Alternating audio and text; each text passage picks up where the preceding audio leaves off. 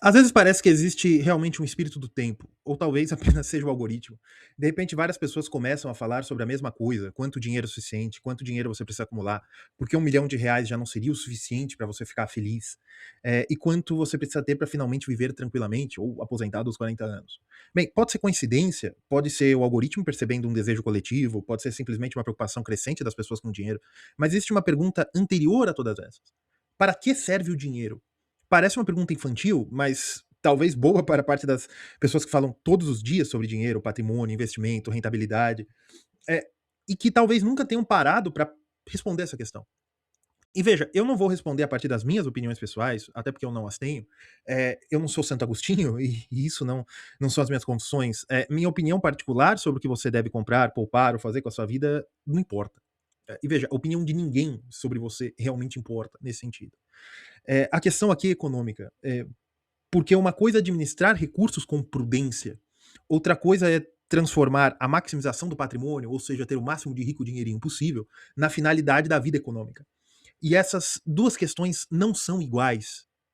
Só que a questão aqui, pessoal, não ensinar vocês a ficar rico ou me preocupar com o bem-estar econômico de vocês. Não. Eu sou o Léo. Neste canal, Rascunhos Econômicos, nós tratamos a economia como ciência, divulgação científica de economia, onde eu trago temas do debate público e discuto e mostro a teoria econômica, seja ortodoxa, seja heterodoxa, a fim de que vocês aprendam um pouquinho mais de economia, porque eu parto de uma premissa muito estranha, que vocês são adultos capazes e têm direito de saber o que está acontecendo e qual é o estado da questão sobre a teoria econômica. Isso é divulgação científica. Bem, eu estou fazendo uma série de vídeos tocando em alguns tabus da educação financeira, do ponto de vista econômico, porque eu realmente acho que há uma simplificação excessiva, que pode surgir também porque muito do conteúdo de educação financeira é para ele vender um produto de educação financeira. Então também a pessoa tem que vender o peixe, isso é totalmente legítimo, mas contanto que vocês saibam que é esse o caso. Recentemente, há uns 3 dias da publicação desse vídeo, ah, a dona do canal Algoritmo da Imagem, né? Eu esqueci o nome dela, perdão. Publicou um vídeo falando, salvo engano, sobre como R$ 1 milhão já não seria suficiente. O vídeo teve muita repercussão e algumas pessoas vieram ao meu canal dizendo que se eu estava falando sobre aquilo nos meus vídeos recentes, né? Se eu estava aproveitando isso aí do tema levantado por ela, mas realmente foi uma coincidência, por isso que eu falei do espírito do tempo no começo desse vídeo. A minha sequência de vídeos já havia começado uns 2, 3 dias antes. Acho que o meu primeiro vídeo dessa sequência foi há uns 6 dias. E o interessante, ou seja, o importante não é estabelecer quem falou primeiro. O importante é perceber que existe alguma coisa no ar. É, o indivíduo realmente talvez esteja procurando, né? Os indivíduos realmente estejam procurando mais sobre a satisfação do dinheiro, talvez. O vídeo dela apresenta uma posição um pouco marxista, no sentido amplíssimo da palavra, tá? Não necessariamente em todos os conceitos, mas na crítica ao dinheiro, ao consumismo, ao trabalho e à promessa de felicidade futura. E essa discussão é muito interessante. Eu gosto muito desse tipo de discussão, mas aqui eu quero abordar o problema de outro ponto de vista. Eu não quero perguntar simplesmente se as pessoas estão consumindo demais. Eu quero perguntar se a própria obsessão em acumular dinheiro, ou seja, a figura de ter R$ 1 milhão, né, essa metáfora, né, esse ponto, né, esse topos, se isso aí já não é das pessoas só estão querendo acumular dinheiro demais. Porque, veja, um consumismo que não acontece necessariamente agora pode ser um consumismo futuro. Veja, sempre que eu falo de educação financeira, as pessoas perguntam quanto dinheiro eu tenho guardado, o que eu farei, o que faria eu quando eu ficar velho, esse tipo de coisa. Veja, pessoal, prudência não é a maximização do patrimônio. Imagine que uma pessoa receba R$ 5 mil de salário, né, de remuneração. E ela recebe o salário no quinto dia útil do mês, veja um PlayStation dos novos e gaste imediatamente todo o dinheiro. Nem sei se é o suficiente ou se sobra alguma coisa, tá? Aí ela vai passar o resto do mês sem dinheiro, para alimentação, transporte, aluguel ou qualquer outro imprevisto. Veja, não gastar todo o salário com um único item não é avareza, é prudência.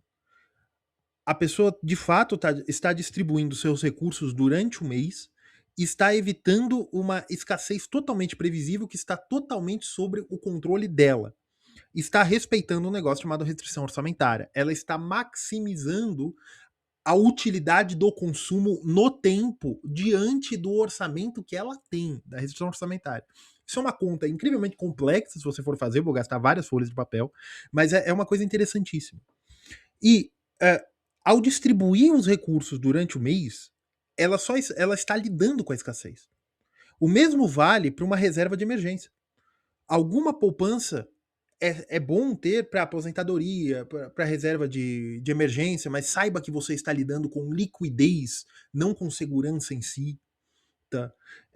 A poupança de fato pode aumentar uma utilidade presente, você está mais satisfeito com o seu salário porque você já tem um dinheiro guardado, você já está cumprindo a função demanda por dinheiro, alguma coisa do tipo. Reduz a vulnerabilidade, teoricamente, ou lhe dá uma sensação de reduzir a vulnerabilidade. Isso cria uma segurança, isso permite que você passe por um período na vida, teoricamente, que é muito reduzido, mas tudo bem, sem renda. Então, isso de fato, a intenção desse canal não é um ataque às finanças, mas é o seguinte, vocês entenderem que, primeiro, vocês são adultos, segundo, não existe generalização sobre é sempre bom poupar. Esqueçam isso. Isso parte de uma teoria de maximização do patrimônio. E isso aqui é muito específico, porque vocês não são máquinas. Quando vocês alcançarem 1 milhão, vocês devem pensar que tudo será diferente. Não será. Quando vocês alcançarem 5 milhões, vocês podem pensar, finalmente estarei seguro. Não. Dinheiro traz insegurança inerentes à manutenção e à disposição dos recursos desse dinheiro. E quando vocês ficarem bilionários, o problema só muda de figura também. Porque não existe isso. Quando eu alcançar uma determinada renda, eu vou começar a viver. Isso não existe. Existe uma promessa de que um momento metastático virá, né? Num estralar de dedos, tudo será melhor. E esse determinada quantidade de dinheiro tem essa quantidade tem uma capacidade qualitativa de transmutar a relação que eu tenho com a minha riqueza ou com o meu fluxo de renda ao ponto de mudar totalmente a utilidade. Isso não é. Veja, pessoal, dinheiro é sobre quantidade. Existem algumas diferenças qualitativas por quanta quantidade você tem, de fato, porque você tem a quantidade em si é uma qualidade, na maioria das coisas, no dinheiro não será diferente. Porém, ele não muda totalmente de figura de um meio de liquidez para um meio de segurança dessa forma. Não existe uma quantia. Porque, veja, para a educação financeira, nós temos uma maneira simplíssima de falar a sua relação com o dinheiro. Normalmente, eles não te falam, mas normalmente eles estão partindo de um modelo que é o seguinte, a maximização do patrimônio no tempo. Maximização de WT. Isto é diferente de maximizar a sua lida com o dinheiro, mas depois eu falo que é essa equação que importa, mas tudo bem. Se nós abrirmos essa equação, nós temos o seguinte, que para maximizar o patrimônio no período final T, o que você está partindo do princípio? Todo o dinheiro que você tiver, ele vai entrar nas suas mãos e ele vai entrar na sua vida, né? Vai estar nas suas mãos. E ele só vai virar patrimônio se você retê-lo. E retê-lo em coisas que sejam mais ou menos perenes no tempo. Quando você está comprando um PlayStation, o seu patrimônio agora é de 5 mil reais, porque o seu patrimônio continua de 5 mil reais, porque o PlayStation vale 5 mil. Só que poucos dias depois, esse PlayStation não vale mais 5 mil. Porque você consome o patrimônio, é um item, é um bem durável, mas em alguns anos ele já não vale tanto. E mesmo se valer, porque realmente ele não vai valer, pode ser inflação, esse tipo de coisa. O carro é a mesma coisa. A casa também precisa de reinvestimentos. Uma série de itens de patrimônio, de fato, consomem um pouco de renda para se manterem patrimonialmente relevantes, simplificando muitíssimo. Mas a ideia por trás, a ideia matemática por trás da educação financeira, costuma ser, da educação financeira de internet e do debate público, costuma ser o seguinte, você tem que maximizar o seu patrimônio. Você tem que, todas as decisões que você tomar, até aquele vídeo de ontem que eu mostrei que se você crescer a sua renda, você pode diminuir o período que você precisa poupar e você vai ter um patrimônio mais relevante no final. Isso também é para maximizar patrimônio. Só que eu vou falar uma coisa para vocês. A sua vida não é sobre patrimônio.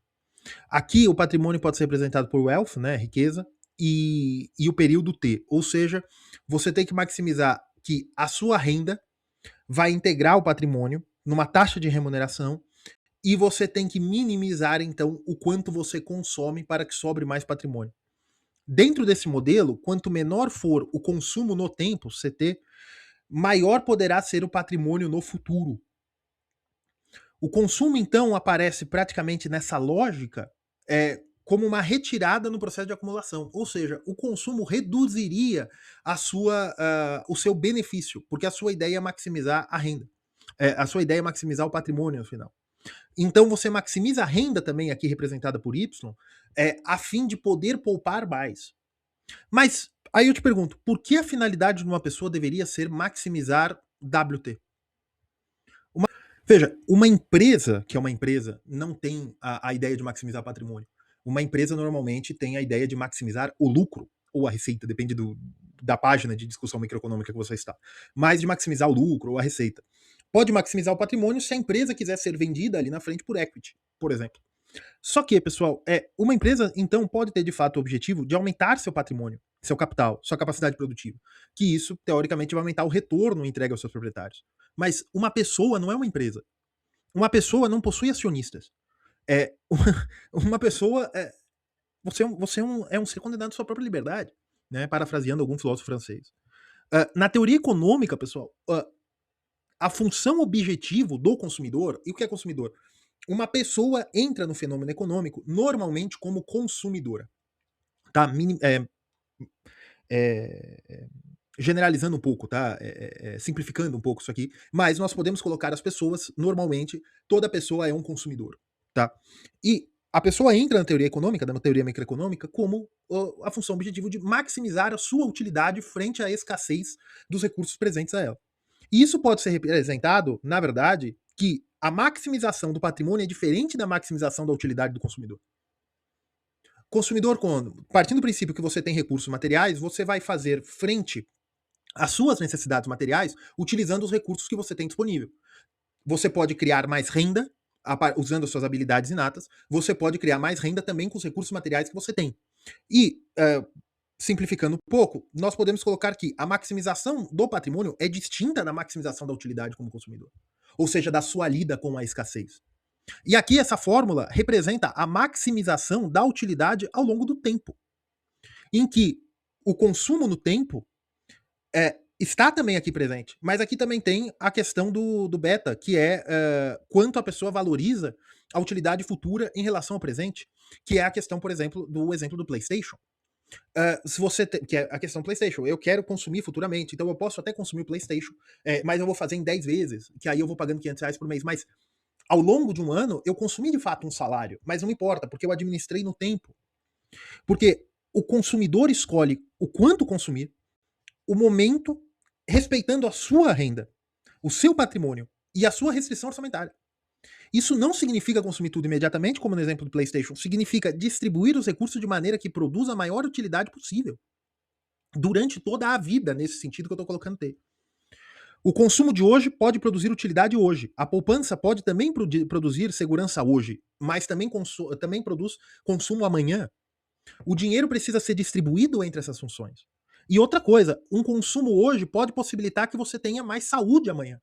Pode possibilitar que você tenha mais capacidade de extrair recursos da economia com uma capacitação profissional, mas também você ter o sonho de ser mestre, doutor, de ser padre, isso também lhe coloca como quanto é maximizar a utilidade de um monge carputinho. Mas o monge carputinho não consome, ele só não tem renda. Ah, mas então ele é um agente econômico infeliz? Não. Ele é uma pessoa feliz normalmente, muito mais feliz do que a média da população mundial. Mas ele tem ali, ele se abstém do fenômeno econômico o máximo que ele queira, e isso gera para ele uma utilidade. Tá? Que heresia, né? É simplificar a utilidade de um monte de caputinho, mas pessoas que não estão afim de ir para a corrida do consumo, pessoas que não querem se expor a necessidades econômicas como função primordial da vida. Isso ocorre, isso acontece. Mas isso não é a rejeição da economia, isso é colocar a economia no seu lugar. A economia é para servir o homem, não o homem à economia. Por quê? Porque o homem é que age economicamente. A ação não pode mandar no agente, é o agente que conduz a ação. E a formulação mais precisa, completa disso aqui, que eu estou abrindo, é o seguinte, que a utilidade tem itens de segurança, pode ter, essa utilidade pode ter a segurança que você tem nas suas ações, eu prefiro morar em outro país, mesmo que eu possa receber um pouco menos, porque o custo, porque a segurança percebida lá, não só do ponto de vista econômico, mas do ponto de vista da utilidade de viver num condomínio fechado, ou da utilidade de viver nos países mais seguros do mundo, mesmo que minha renda seja menor, é maior do que receber um salário 3 vezes maior em São Paulo. E isso não é só segurança econômica, isso é segurança também do gasto que eu posso colocar. Aí eu entro também o desejo de segurança por aquele dinheiro. Entra também itens como herança, porque é a renda que não fui eu que produzi. A capacidade ou a necessidade de ajudar a família ou os seus. E também a utilidade de pagamento de coisas obrigatórias. Independência. Às vezes o camarada prefere ganhar menos, mas ele é independente. A proteção contra riscos imediatos, riscos financeiros ou risco aos seus. E também o status, como a pessoa se vê diante daquela sociedade do ponto de vista econômico. Ou às vezes também a simples satisfação de ter aquele dinheiro. Tem gente que acha muito feliz, muito contente, ter 50 milhões de reais na conta do banco. Aquilo dá uma satisfação pra pessoa. Aquilo dá, não igualem utilidade e satisfação, tá? Às vezes eu tô indo e voltando, mais por imperícia minha, mas não igualem, mas em alguns momentos, de fato, você pode ser um quase sinônimo, tá? Mas aquela satisfação da pessoa olhar que ela tem um grande patrimônio no banco, que ela tem uma série de depósitos, uma série de renda fixa, ações, aquilo pode ser satisfatório a ela. E isso gera uma utilidade econômica. Portanto, o patrimônio não tem que ser excluído da utilidade, mas ele tem que entrar dentro de uma hierarquia. E aqui nessa equação, ele aparece como um dos componentes da vida econômica, e não a sua finalidade exclusiva. Porque maximizar dinheiro não é maximizar a utilidade. Maximizar o patrimônio final não é maximizar a utilidade. Uma pessoa pode terminar a vida com um patrimônio bilionário e ter uma utilidade da vida menor. E não igualem isso à felicidade, tá? Tem algumas teorias econômicas que querem, mas não vamos igualar a isso, tá? Porque, veja, pessoal, a pessoa mais rica do cemitério. Veja, isso não quer dizer que você não deva ter patrimônio. Isso quer dizer o seguinte: o saldo final, isoladamente, não é uma medida suficiente do resultado econômico da vida de um consumidor. E o resultado econômico é como ele lidou com a escassez. Como ele lidou com a escassez do tempo e a escassez de recursos materiais, porque o consumo se dá no tempo. E também, por juros compostos, ele também se dá no tempo. Patrimônio, né, em juros compostos, que aí seria o montante, e aqui a função é aqui em função do tempo, é exponencial. Então, portanto, se você começar com um aporte maior, você já está no patrimônio maior, né? Mas tudo bem. Isso é exponencial, tal, mas também tem a função utilidade, ou a quantidade de consumo em função de renda, esse tipo de coisa. Isso tudo se dá no tempo. Você precisa saber administrar o tempo mais do que tudo. E tem outro sentido fundamental. A ideia da utilidade marginal do dinheiro, que sem entender isso, você não vai entender uma série de fenômenos macroeconômicos como a inflação, mas você também não vai entender por que pessoas mais ricas compram relógios caros. Você não vai entender, pela questão da utilidade marginal do dinheiro, você não entende o que é um bem de luxo. Você não entende o que é um bem superior. E, de fato, muitos brasileiros ricos, não estou falando milionários, começam a achar que bem de luxo é quantidade. Ou que só porque a coisa é cara, é boa.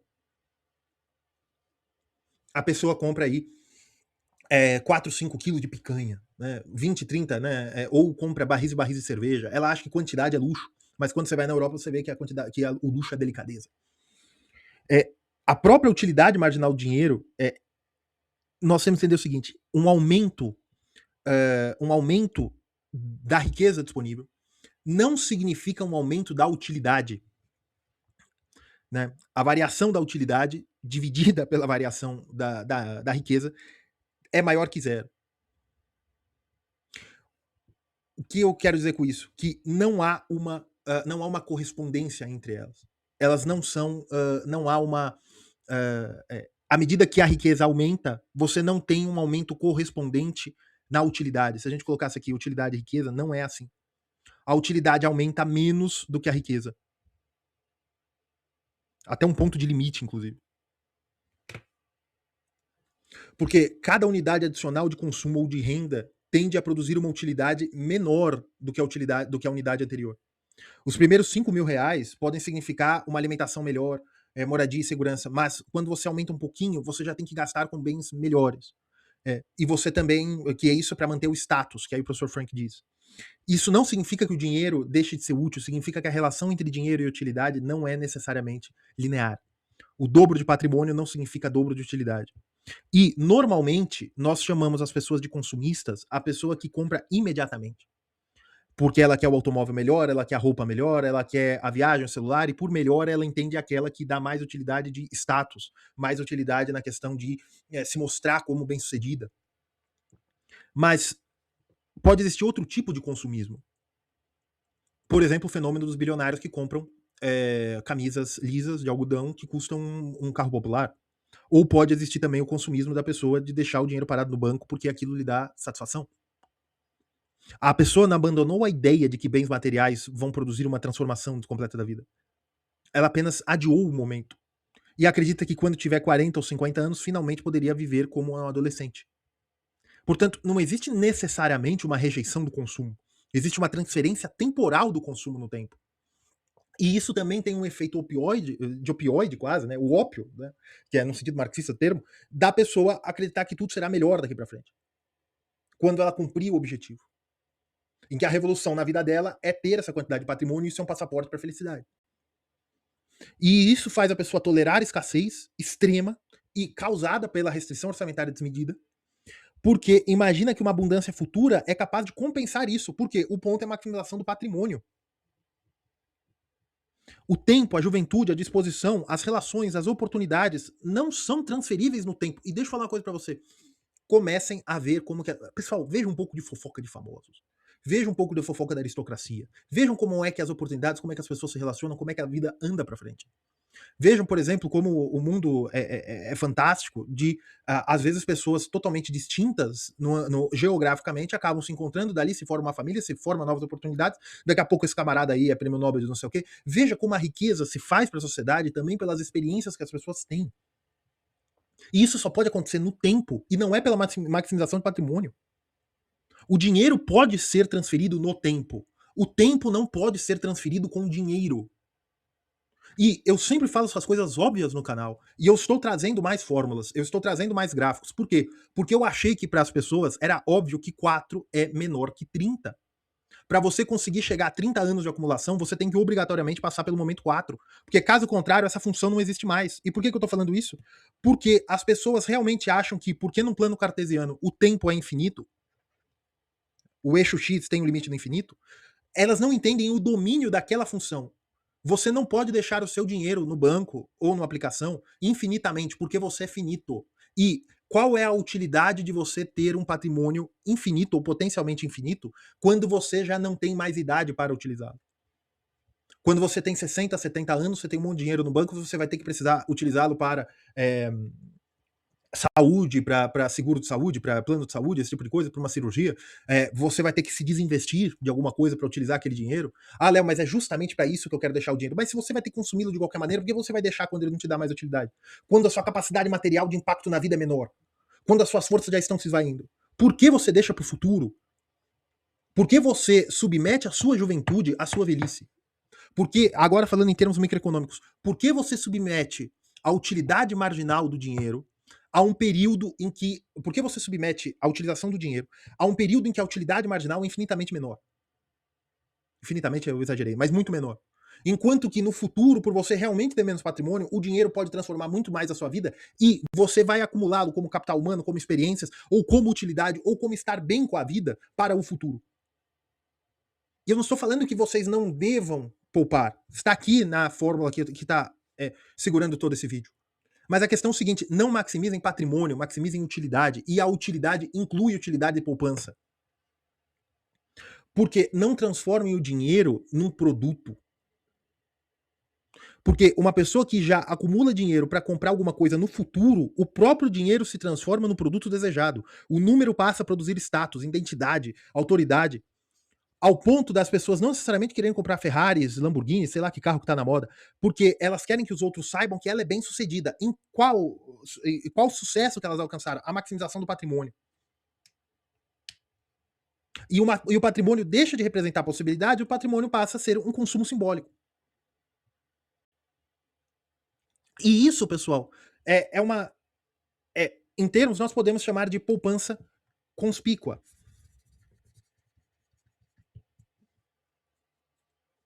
Ou o fetiche do balanço. que é o extrato bancário, a carteira de investimentos, a rentabilidade.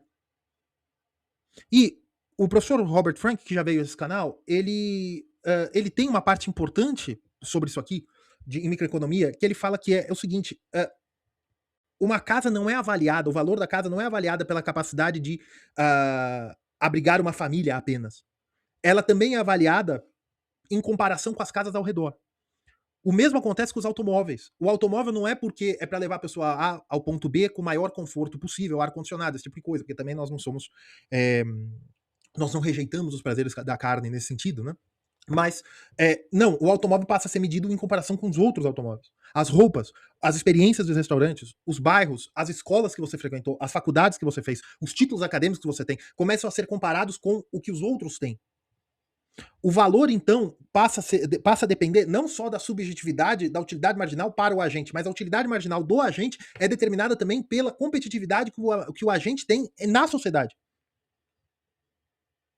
E essa comparação posicional não precisa ser apenas do consumo de agora. Ela pode ser também da poupança conspícua. Ela pode ser de quem tem 1 milhão, quem tem 10, quem alcançou determinada renda mensal, milionário antes dos 20 anos, bilionário antes dos 30. A competição continua sendo posicional, mas não mais por coberturas na frente do Central Park, mas por quem tem mais dinheiro e mostra uma simplicidade nas fotos. E ao ponto do dinheiro, principalmente em questões sobre economia, em questões sobre uma ciência social que é a economia, que lida com a escassez, ao ponto da autoridade na economia não ser mais os autores que você traz, as pesquisas, a coerência lógica das declarações, mas, e eu não estou falando de diplomas, eu estou falando de fato de eu pegar e falar, olha, mas o autor tal falou tal coisa, nós temos que olhar essa questão, qual é o status questiones, mas tal pessoa disse isso, mas veja, esse termo está impreciso nisso, você não pode falar isso por conta disso, disso, disso, falar isso inclui você dizer tal coisa. Todo esse disputácio é minimizado numa outra coisa. Tá bom, beleza. Jogou aonde? Porque, veja, no futebol isso vale. No futebol isso vale. Pô, o Neymar é ruim, é isso, aquilo. E você, jogou aonde? Não, isso beleza. Por quê? Porque o sucesso da área do futebolista é, de fato, os torneios, os prêmios ou a carreira que ele desempenhou. Os gols que ele fez, a assistência que ele fez. Mas o desempenho da acurácia, a capacidade, a acurácia dos termos, a capacidade de explicar as questões do pensamento intelectual ou apenas de um técnico, não vem da sua carreira em si, vem da sua obra. A obra de um futebolista é de fato a sua carreira, onde ele jogou, os títulos que ele ganhou, os números que ele tem. A obra de um intelectual ou de uma pessoa que se dedica a questões intelectuais, e aqui eu não digo que sou intelectual, mas estou dizendo que trata de temas acadêmicos, a autoridade da pessoa vem da obra, o que ela mostra, mesmo que seja revisão bibliográfica. E aí entra as pessoas que é o seguinte, quando eu, por exemplo, digo que o Bitcoin tem esses erros, ou quando eu digo que o que vocês entendem por juros compostos está errado aqui, aqui, aqui, aqui, aqui e acolá, ou eu mostro 4, 5 páginas de contas, as pessoas falam, beleza, e a sua carteira tá como? Veja, a obra de um economista ou de um teórico de finanças não é medida pelo sucesso do seu portfólio, é medido pela sua coerência lógica. E, por exemplo, quando um grande influenciador brasileiro, perito criminal, eu, ao dizer que ele estava errado sobre o que ele estava dizendo sobre um ativo em específico, ele disse, tá bom, eu só converso com você se você mostrar sua carteira. Veja, isso faz com que, de fato, o status da pessoa seja o quanto de patrimônio ela tem. E não a sua capacidade em si para lidar com uma questão. E por que eu estou falando disso? Porque isso viram objetos de consumo. Isso vira como os títulos nobiliárquicos que a burguesia comprou após a Revolução Francesa, a burguesia continuou comprando títulos junto à nobreza restante, porque era uma forma de status. Para que aquelas pessoas que ganharam dinheiro anteriormente no comércio ou numa área mais liberal, no laissez-faire, aquelas pessoas pudessem ter um status junto às elites. E hoje, o patrimônio que você tem também é um status que lhe permite penetração nos ambientes que você quer ir. Entenda como quiser. E Marx falava do fetichismo das mercadorias, das relações sociais aparecerem como relações entre coisas. Aqui nós podemos observar uma manifestação parecida, ainda que não idêntica e só nós podemos falar isso em termos plenamente análogos, que é o dinheiro deixa de ser percebido como uma relação social, um direito sobre os recursos, e passa a ser uma possibilidade de troca, e passa a parecer possuir valor e autoridade por si mesmo. O número ganham personalidades. e transforma o seu proprietário em alguém supostamente mais disciplinado, uma pessoa que é mais estoica, uma pessoa mais inteligente e mais digno de autoridade, ao ponto de bilionários aí terem que dar opinião sobre tudo, como se eles tivessem alguma capacidade para o assunto. Veja, não é um fetiche da mercadoria comprada, analogamente, é um fetiche do patrimônio acumulado. O dinheiro vira uma mercadoria de mostragem. E aqui eu quero complementar com a doutrina social da igreja. A doutrina social da igreja também permite organizar essa questão sem condenar a propriedade ou a riqueza em si. Os bens materiais possuem uma finalidade e atendem necessidades humanas, que as necessidades humanas são insaciáveis. E a função dos bens materiais devem permitir dignidade às famílias, a liberdade, permitir a sua liberdade e uma dignidade de participação social. A propriedade privada é legítima e é ontológica ao dom dado pelo próprio Deus, segundo a doutrina social da igreja, não tem problema nenhum usar esse argumento aqui. Mas a construção do patrimônio também deve ser legítima e ele é legitimado também pelas intenções. O erro começa quando o instrumento deixa de ser ordenado a uma finalidade humana e passa a funcionar como um fim absoluto. Isso é a definição canônica de vício. A pergunta não pode ser quanto você possui. A pergunta tem que ser de fato: para que você possui aquilo? Para que você quer ganhar na loteria? Para que você quer ter 10 milhões de reais? Por que você quer se aposentar com 20, 30, 50 mil reais? Porque mesmo a poupança, eu não sou falando pra vocês não pouparem, poupem pessoal, poupem bastante. Nossa, mas tem muito dinheiro, tá? E no futuro aí, vou ficar quieto. Tem muito dinheiro, mas muito dinheiro mesmo, tá? E guardem ainda mais para comprar alguns bens inerentes à corrida da maximização do patrimônio, por exemplo, bens farmacêuticos, consultas médicas, esse tipo de coisa, né? Agora, guardem bastante dinheiro, guardem. Agora, uma boa educação financeira tem que ser ligada à finalidade. Não é como você vai terminar com o maior patrimônio possível. É como utilizar os meus recursos escassos para produzir a maior utilidade possível. E isto inclui poupança. A pergunta deve ser como maximizar o meu consumo no tempo. Como produzir patrimônio que possa me permitir liberdade e segurança no futuro, sem abrir mão de liberdade e segurança agora. Lembre-se, você não é uma empresa. Sua vida não é um balanço. Para entrar no céu ou qualquer outro paraíso celeste, você não precisa mostrar quanto você tem de dinheiro na conta bancária. As suas ações são medidas por ações plenamente não econômicas. É pelo que você é pelo que você é para os seus. E às vezes a corrida do patrimônio pode lhe prejudicar como pessoa. E outra questão, memento mori. É isso, pessoal. Um abraço, fiquem todos com Deus.